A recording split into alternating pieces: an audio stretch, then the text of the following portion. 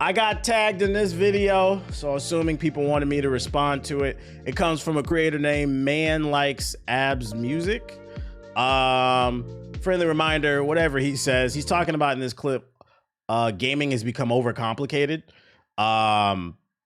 which is crazy because there's no reason to say overcomplicated. You say it's complicated. But anyways, yeah, he says the gaming industry's become overcomplicated. Let's see what he's got to say. Friendly reminder, I'm just attacking the argument, not the person. Whatever I have to say, whether it's positive or negative. Let's entertain and see what this content creator has to say. Is gaming overcomplicated? In general, gaming's become over-engineered. Like, I'll give you an unrelated game, yeah? Take wrestling, SmackDown. You know, I remember the days of SmackDown versus... Shout out to the Roadman Ting. The days when wrestling was fun, where it's like you could pick it up, do the finishers, do the reversals, and it was very fluid, fast, enjoyable gameplay. You know, I didn't even realize that. Yeah, this nigga, he's really mad about this situation. Yeah, his ears is literally steaming. This motherfucker like one of them damn Titans in Attack on Titan. Hey yo, we found the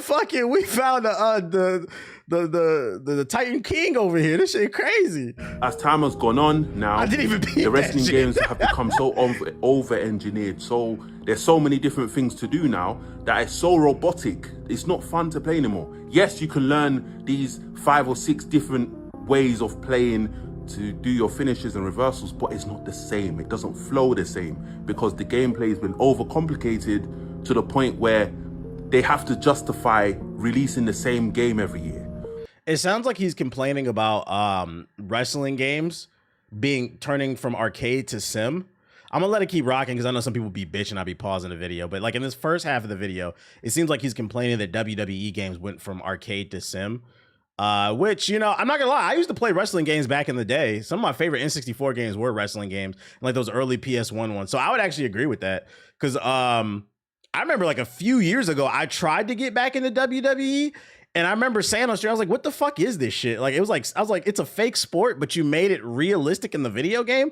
I'm just trying to beat a nigga ass and have fun. Like, where the fuck is Def Jam Fight for New York Part 2 type shit?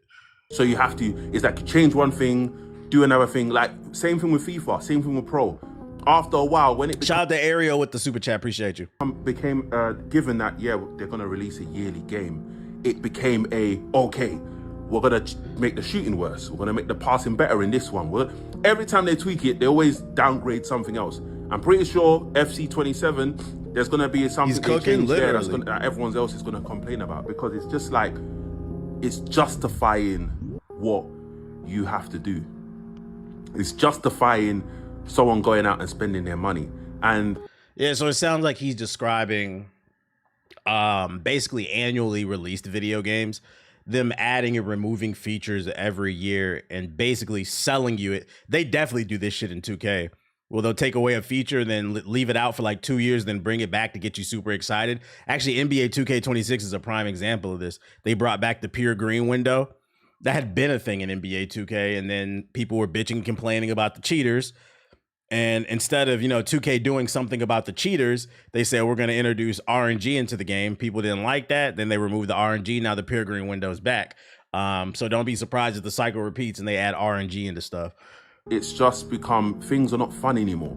Gaming is, you're seeing it in gaming. Gaming shops are closing down. I think Game just closed up shop the other day.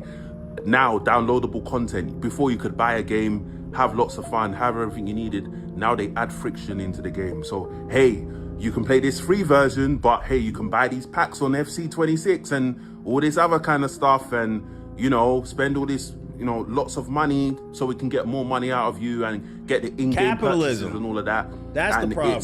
It's money driven, which of course they're business, but sometimes it's just not fun. If you've had a long day and you've been solving complex things all day, you just want to... Not even sometimes, all the time. Turn on a game of FIFA and enjoy, play the game, let the game be fluid and how it's supposed to be, not over complicated or over engineered to the point of, in real life, it would never run like this. Like, defenders would not behave like this. Shooting would not behave like this. There wouldn't be these silly glitches and silly things or... what's the thing? The kickoff glitch and silly things like that have always been a thing in FIFA. You get the gist. I get the gist of what he's saying. First and foremost, I just want to say shout out to him, man. This is what we need more passion in the gaming industry. This nigga's so passionate, his head is steaming. Let's go. So I agree with his argument. I just don't agree with the way that he's wording it. What he's talking about is annual video games. I mean, I'm not gonna lie, this is a ball and gun gamer argument. And what he's talking about is real and he's being reasonable about it. I just wish that, like, when ball and gun gamers hop on the internet and you guys complain about your games, I wish you would just stick to talking about your games, because when you title it this way, or when you even say it, some people might automatically just dismiss what you have to say, because you're wording it as if it's the gaming industry as a whole, and it's not. This is an annual video game release problem. So then one of the solutions is step outside of your comfort zone. The other, though, I will say I agree with what he's saying. It's just I don't like the way that he worded it, because it's like the gaming industry as a whole is not that overcomplicated. Like, you had a game like Expedition 33 that released for $50. It was a 60-hour game that's won award on top of award to top of award to top of award. There's nothing complicated about that. You pay your $50 and you get the game. And indeed, generalizing the topic as if gaming is just FIFA, and it's not. There's much more to it, or wrestling games, like he stated earlier. So, like, he's right for the most part. I just wish that you guys would get better at compelling your arguments. Basically, saying gaming industry, but then only talking about one type of game is crazy. Yeah, that's the only thing I would critique in this. But he's 100% right with what he's saying. The main problem that he's basically talking about is capitalism and greed. The shit that I've been talking about. When you release an annual game, it creates problems. Like the annual glitches and bugs that they never fix, or them removing features and then adding it later. I seen somebody joking here earlier, next year in 2K27, they probably gonna bring defense back and sell it like it's some big point.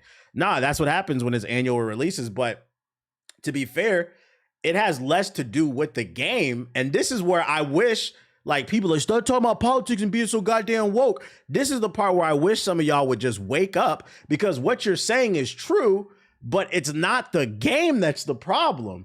It is the greed, the corporate greed, the business suits. If you want this stuff to improve, you got to stop buying it. At bare minimum, stop buying excessive amounts of VC, or he's mainly talking about FIFA and WWE. So in FIFA, stop buying the card packs for the Ultimate Team mode. In WWE, they introduced the island, which is like the park. Stop buying, I don't know, the baby oil for the park or some shit. I don't know what the fuck they do on that damn island. That shit kind of weird. That's crazy, bro. So you got to understand what your problem is not necessarily gaming as a whole. And if you would step out of your comfort zone, you would see that the problem that you have is corporate greed. And the only way you're going to stop that is stop buying the games. And then I hate the argument of, well, you know, FIFA is the only good soccer game on the market, or 2K is the only good basketball game on the market. That's not an excuse for being a responsible adult. So you have two options. You can stop playing that and go play something better, or stop playing it and just stop playing games, period. Because, like, I'm also tired of this trying to act like there's nothing else to play. If you feel like there's nothing else genuinely you can be interested in, go find a new hobby, because all you're doing is contributing to the problem. Because on a grander scale, one thing I wish ball and gun gamers would understand, the dumb shit that y'all do over there in y'all communities, it's creeping over to our side. And I do feel like people who play other games are a little bit more educated on these topics, so they're more resistant to it. Like, shout out to the Helldivers community when PlayStation was trying to fuck them over like a year ago or whatever, and they said we not having that shit. Or like the Star Wars community with the loot crates, they said we not having that shit. I feel like certain other communities, they're much more likely to buck back. But for some reason, and I'm not talking about you in specific, when this creator, for some reason, when it comes to ball and gun gamers, they swear they're the cool guys of the gaming community, but y'all be the first ones to bend over and taking an ass. Yeah, I said it. It is what it is. Y'all not that damn cool, because y'all are financially illiterate, and I'm gonna keep screaming it till I'm blue in the fucking face, man.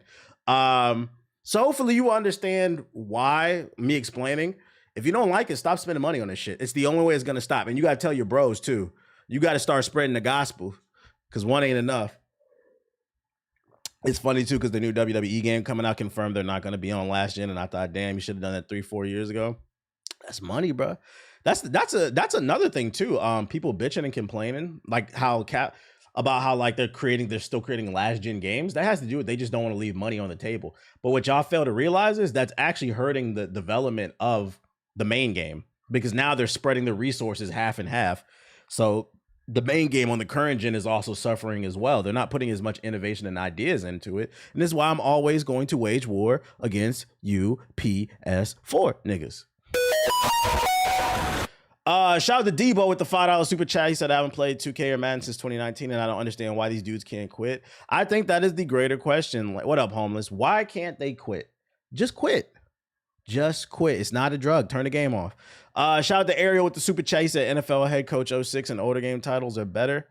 Yeah, that was before the implementation of I feel like patient zero for video games, like annual sports video games, to become the way that they are now. I feel like, and I have to do more research, but I think patient zero was Madden cards and Madden. I forgot what year that came out, but that was the original microtransaction I remember rolling my eyes in, because I used to be into Madden super heavy. And basically it was if you remember park cards in 2K, it was basically park cards for Madden. You could buy these little boosts for your players and shit like that. And then after that, they started adding Ultimate Team and all that stuff. Was it Madden 08? That's where I remember. I think that was like patient zero, where like shit started to go crazy. Stop buying the stuff, man. You're partially right. I'll say I agree. I think you got to word it a little bit better. Next topic. Let me turn my shit back on. And fuck Donald Trump. Shit, you're not my president. They said it's President's Day, bitch. Where? Oh, and nobody's surprised news. This is about the fourth article that I've covered on this very topic. Sony is considering holding back the PS6 until 28-29, reports claim. And depending on who you are, you might feel a little... Or if you're a PS4 nigga, you probably feel...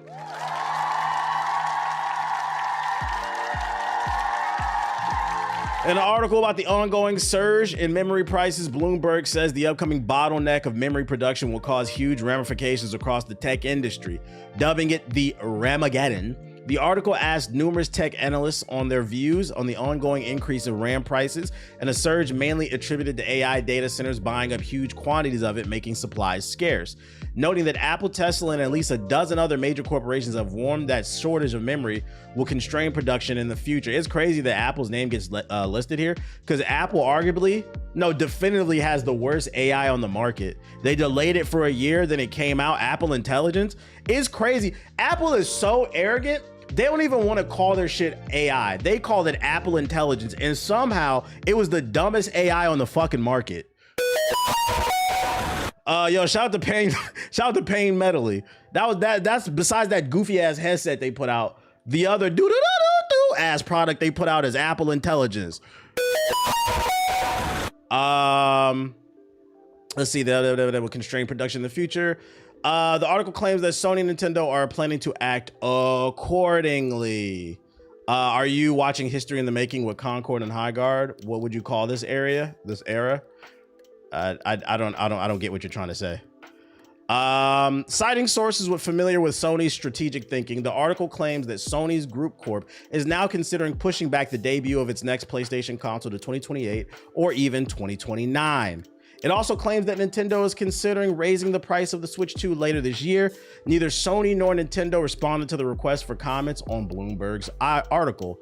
The article insists that the RAM shortage issue is not going to be resolved anytime soon, quoting Lenovo CEO Yang Yuqing, I think that's how you say it, is saying this structural imbalance between supply and demand is not simply a short-term fluctuation. Translation, we might be stuck in this fuckery for a while. I work for Apple. Yeah, I agree with you, and the Apple Intelligence is stupid as fuck and something that's really hard to sell to others. Many people have been panic buying Mac minis because it's the cheapest Mac with 16 gigabytes. That's crazy. That's crazy. Bro, I just realized the podcast mic prices went up. Yeah, it's tech. All tech is gonna go up. I just hope that by the time the PS6 drops, the tech inside of it isn't old as fuck as we get charged. Yeah, that's actually a good point. Because the thing about consoles in comparison to PCs, at some point, I would imagine Sony and Xbox, they're sitting down and they have a general idea of what kind of power they want to put into these platforms. But at some point, you do have to say, all right, these are the specs, and then we're gonna go with it. And like, I would hate for a situation where they sit down and they say, this is what the PS6 is. And then the RAM shortage makes it to where they can't even reproduce it massively. So then it gets delayed another 2-3 years. And then they have to ask themselves, well, do we want to do more R&D and try to upgrade it? Because the thing is, once you start upgrading the parts, you also got to figure out, you know, how they work together, like with the cooling and all that other shit. So it could be they have to sit there and figure out how we're going to upgrade the parts again, or they have to decide, do we want to put out dated hardware on day one, which would be unfortunate. Can they both think of anti-cheat mechanisms for their consoles? Please, please, please. Hey, yo, if Xbox or PlayStation came out and said, we have a definitive code in our hardware that is going to make it 99% chance that you cannot cheat on our platform, oh, that one will win day one. That would actually be it'd be so random, but I actually think that would be a great feature that would get a lot of people excited. The Steam machine won't be cheap now. Yup.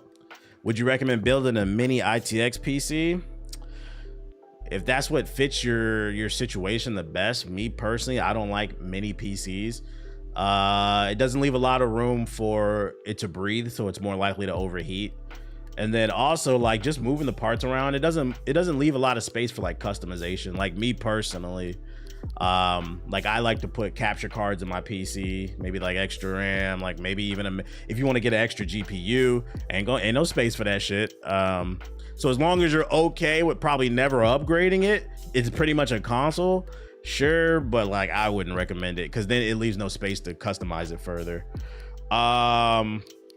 Just get a laptop at that point, or a Steam Deck, or Xbox ROG Ally or some shit like that.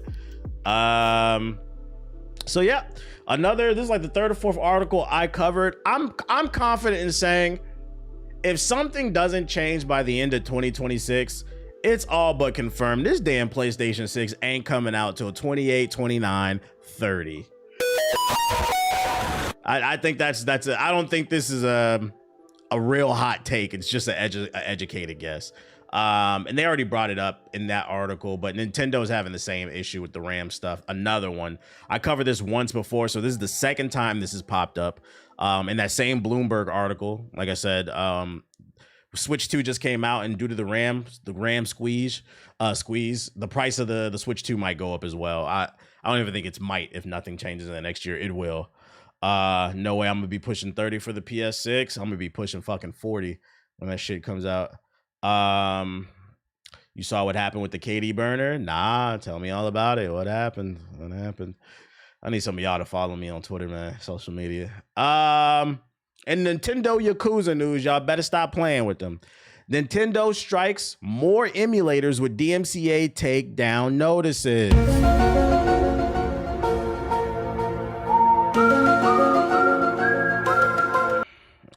They're back. Nintendo has issued a fresh batch of copyright strikes to several emulators using storing their shit on GitHub repositories. As spotted by PC Gamer, emulators like Centron, Eden, Kenji NX, Melon NX, Pine, Pomelo, whatever, all this nerd shit, were all notified by GitHub that they had been hit with a DMCA takedown notice. An email from GitHub Trust and Safety said it's never its desire or goal to take down open source projects, but instead to help developers address DMCA concerns with their projects and outline some options. The recipient was then given 1 business day to respond. Failure to do so would result in repositories being disabled. Stop laughing. I know how to fucking read. This doesn't surprise me. What does surprise me is Nintendo keeps trying to fight this war, and it shows you how anti-consumer they are. Friendly reminder for those unaware, the reason Pokemon Red and Blue and Silver and Gold, like the original Pokemon games, the reason they're so expensive is because Nintendo refuses to re-release them. When they do, they lock it behind a platform, so when their next platform comes out, you can't play it still. So they make it very hard to get their games, and it drives up the price of them. So a lot of people emulate games that they no longer have. And my thing is, like, I get you trying to protect your IP, but at what cost? All this does is give out bad PR to Nintendo. And the reality is that you can't stop it. They just named 1, 2, 3, 4, 5, 6, 7, 8, 9, 10, 11, 12, 13 emulators that probably millions of people have downloaded. it doesn't matter that you sent the copyright strike, because I guarantee you somebody in the stream right now allegedly is re-uploading this shit to fucking Hulkshare or some shit. You can't stop it. So what? This is one of those ones, if I was a consultant, I'm like, this is just bad PR for you guys. Let it go. Let it fucking go. Unless it's actively hurting your profits. Like, I understand striking down. Let's say they put out a new Zelda game tomorrow and somebody leaks it via an emulator a week before it comes out. That I understand. You are hurting their ability to make money. But a nigga playing fucking Pokemon Ruby Red or some shit from fucking 15, 20 years ago, you'll be all right. You will be fucking all right, man. Not only that, before them are made from them, they'll just make another. That's the thing. You can't stop it.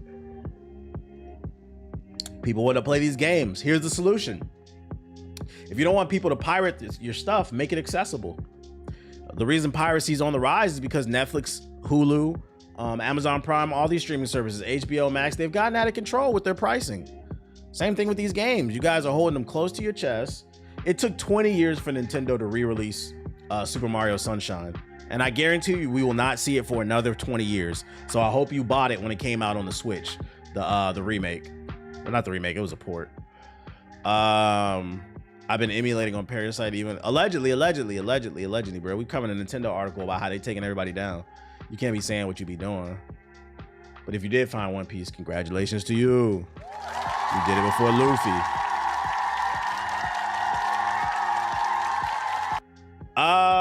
Just be careful out there if you're selling the 7 Seas. That's why I brought up that article. Be careful. I'm letting y'all know that they outside, they looking.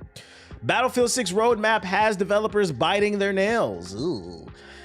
BF6 developers have revealed that they're anxious about players returning to the game now that the roadmap has been revealed. Season 2 of Battlefield 6 is all set to arrive on the 17th, which is tomorrow. Today's the 16th, with the developers already revealing what's in store for the main game as well as the Battle Royale version, RedSec. However, is this enough to bring players back to BF6?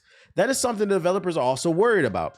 Is the Battlefield 6 roadmap enough to bring players back? According to a post by Charlie Intel on Twitter, a BF6 developer recently commented on the player count decline. They have stated that after the trailer and the roadmap were released, the dev team is sitting in their chairs, biting their nails, hoping as many players as possible come back to the game or check it out for the first time. For those unaware, Battlefield 6 had a banger start when it just released, hitting a concurrent player count of 500,000 on Steam during its beta and surpassing 700,000 on full release, also beating the likes of Call of Duty in progress. However, the story is very different now, with the game averaging between 50,000 to 70,000 players in recent days. Compared to that, Arc Raiders has been averaging 250 to 290,000 players over the past few days. I think Siggy beat Neo. Yeah, he don't get off that fucking game. I think one of the issues with Battlefield 6 and probably some other games as well is they want to be a live service game, but I feel like they have their foot only halfway in. Like, yeah, technically it's a live service game, but I feel like they're still following the business model of the Xbox 360 and the PS4 days, where it's like, you remember for Battlefield and Call of Duty, they would release like a map pack every quarter. That's kind of what this is. Like, from the update, they're calling it Season 2. It's just got like a little small battle pass, a new map in it, some small changes to RedSec, but it's nothing to like phone home about. Versus, I feel like a game like Fortnite is really spoiled people. Fortnite, and as well as some other live service games, they got whole events with Gundams and shit, Martin Luther King Day fucking events, and people log in. They got concerts, they log in just to do this stuff, bruh. You don't get President's Day off. That nigga not my president. What they got to do with me? Not gonna lie, I think they need to bring back Battlefield Premium. This one map shit ain't it. I don't remember Battlefield Premium. What was that? So I got a question. If the devs are worried about player counts dropping, why not just add free updates while developing Season 2? Well, that's what I was getting at too, right? If they truly are worried, why not just, I don't know, put out a better product? Them being nervous before it comes out says to me that they know that they're not doing enough. Interested readers can check out the Battlefield 6 roadmap, RedSec roadmap, Season 2. It's here. Additionally, the latest update adds new weapons and the contaminated map. Like this, like when I see this statement, it doesn't instill confidence in me. I'm gonna try it out, but I don't know. Battlefield Premium was the DLC pass. Premium was 3 to 4 map packs for a certain price. Like, the community's been begging for larger maps too. Yeah, I don't know why they don't do that. It's funny too because people are saying this game is dead, but I still feel like it has a chance to come back. I don't know if it'll be this season, but it does, because I don't think Black Ops 7 is in any better of a situation. And I feel like Arc Raiders community is something completely different from the Call of Duty Battlefield community, because it's a third-person shooter. So I feel like because both of the major FPSs in the genre are fucking up, there's still space for somebody to get it right. And whoever gets it right is probably going to eat the majority of the pie, whether it's Black Ops 7 or Battlefield 6. I prefer BF6 over Arc Raiders. I do too, but I understand people's complaints with the game. We're living in this era where people's dopamine receptors are fried and they need to constantly be satiated. People don't know how to be bored anymore. People view being bored as like a problem. Long gone are the days where like me and my friends when we was kids, you know, being old heads and shit, we just sit around. What you want to do? I don't know. What you want to do? I don't know. What you want to do? Then we just start fighting each other or some shit for fun. Like, motherfuckers don't know how to be bored. That's a completely different, separate conversation. Like, it's easy to blame the game. I think they can do better, but I think it's also way too easy to blame the game and not also take a look at society and look how gluttonous we've become for content. When I'm talking about content, I mean all forms of media. I'm not talking about video games. I'm talking about movies, music. J. Cole's album came out last week. Nobody's really talking about it. Like, we're moving so goddamn. I'm like, can we slow down a little bit? Like, and let things marinate a little bit. Yo, shout out to Space Cowboy at the Super Chat. He said, to be honest, I don't think the game was ready to release, but they didn't want to compete with GTA. I think the game was supposed to be released May 26th. Nah, I think the game was ready to be released. I think the issue is, oh boy passed away, and that kind of, keep in mind, what was his name? Fucking, my brain is fried. The lead developer passed away like a month ago, and I think that like a psychological, yeah, Vince Zampella, my bad, Vince Zampella. I think that had a psychological effect on them. You know, he was the head of the company. Keep in mind, they brought Vince Zampella over from Respawn to DICE to fix Battlefield. So he was responsible for the game being in a good shape in the first place. And now the game that drugged them out of the trenches, now the guy who drugged them out of the trenches passed away. Everybody's probably looking like, well, what do we do? What do we do? They kind of already had a roadmap for what they wanted to do for season 2, but I think the real test is going to be season 3. They should have had post-launch content ready before. You live and you learn. Yeah, that put a serious roadblock in them for sure. But you know, that part of the conversation is not fun. People don't care that the head developer passed away. Where's the content? Please don't take this the wrong way, but I think hardcore gamers demand culture is not helping out the phone head PC master world when it comes to cell phone prices and stuff.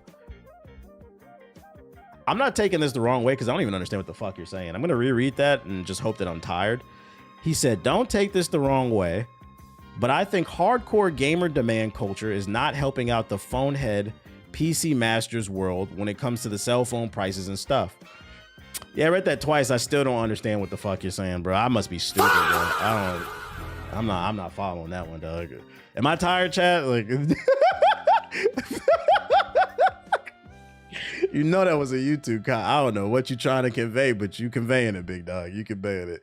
I'm smart as hell, and I'm confused by that. Like, I don't know what the phones and the ET got to do with anything, but it is what it is, I guess.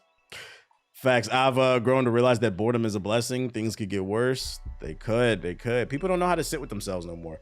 And I think that does play a role, but people don't want to talk about that shit. It's just easier to blame the company on everything.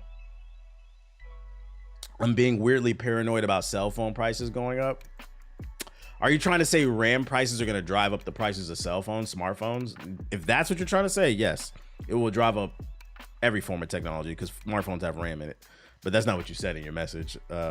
You said, yeah, the phone home PC master world. I don't know what the fuck that means. Yo, Black Ops 7 is innocent and Black Ops 6 blows up a month later. Developer dies when Black Ops 6 does much better than Black Ops 6. What? Yeah, what's going on, Chad? What's going on today, man? What's going on? Yeah, you got a lot of Oonga Boonga comments, bro. Yeah, it's some Oonga Boonga. That should be making me. I'm like, I'm already a little tired. Am I reading that right? What's going on, chat? Spider-Man. Is Spider-Man coming to Xbox? Likely not, says Insomniac. Yeah, the chat having some seizures. The console wars may not be as heated as they used to be, but it doesn't seem Sony's going to let key franchises like Spider-Man go to the Xbox Series. When asked about the possibility about bringing the Spider-Man series to Xbox, Insomniac, the studio behind all 3 Spider-Man titles to date, had a blunt response. Nah. Although the original post posing the question was deleted from Twitter, Insomniac's reply is still online, saying it's not likely. An Xbox port may not be in the cards, but the Spider-Man games have come to PC, as demonstrated last year, and we don't care. If you had any hope of playing Spider-Man on Xbox, it ain't coming. I'm pretty sure Sony is funding Insomniac. That shit ain't coming to no goddamn Xbox. Get a PC or get a goddamn PlayStation, bro. TBH just said Battlefield 6 not Black Ops 6. Wait, what? Talking about the last article? I'm not. Are you talking about something in the chat? Nah, you tired, low-key? Yeah, I'm stupid. No, the chat's moving too goddamn quick, and the motherfuckers posting links in there and shit. My bad. Gen Z being dumber on average than millennials makes me so happy to be a young millennial. It doesn't make me, I mean, it's funny, but it doesn't make me happy. Because at the end of the day, you have to keep in mind that when you get old, who's going to take care of you? It's going to be Gen Z and Gen Alpha. So we don't want them to be stupid. You have to keep in mind, Gen Alpha and the younger Gen Zs will become the lawmakers one day. So it's actually not a good thing. Yo, shout out to Ken King with the super chat. He said, chat's weird. The Outer Worlds 2 is on sale. Why you gotta call the chat weird just to let us know that shit? How are you happy the generations is not you gotta think outside yourself. It's actually not a good thing. That means if people are dumber, there's gonna be more car accidents, more misinformation spread. Just like there's so many negatives that you could think of. And then last but not least, our team is still fully committed and working hard on 2XKO, says Riot, as it announces 2 new characters day after the mass layoff announced. Just a couple days after announcing it was slashing half of the team, Riot says it's still fully committed and working hard on the game, and to prove that, 2 new characters and the promise to iron out some of its more glaring issues. In a blog post titled What's Next plus New Champs, game director Sean Riviera said that the team is doubling down on building for the FGC that loves this genre. What that looks like for 2XKO right now anyway is keeping things pretty much the same while cleaning up a few problem areas. We've seen the conversation about what our core gameplay could or should look like in the future, and we want to clear up one thing. We love that 2XKO is fast-paced, allowing your reactions and creativity to shine while providing a ton of depth to dig into. The skill ceiling for this game is high, and that's where it's gonna stay. Been a silent watcher since 2016. Thanks for all the laughs. I appreciate it, Festa. I appreciate it, Festive.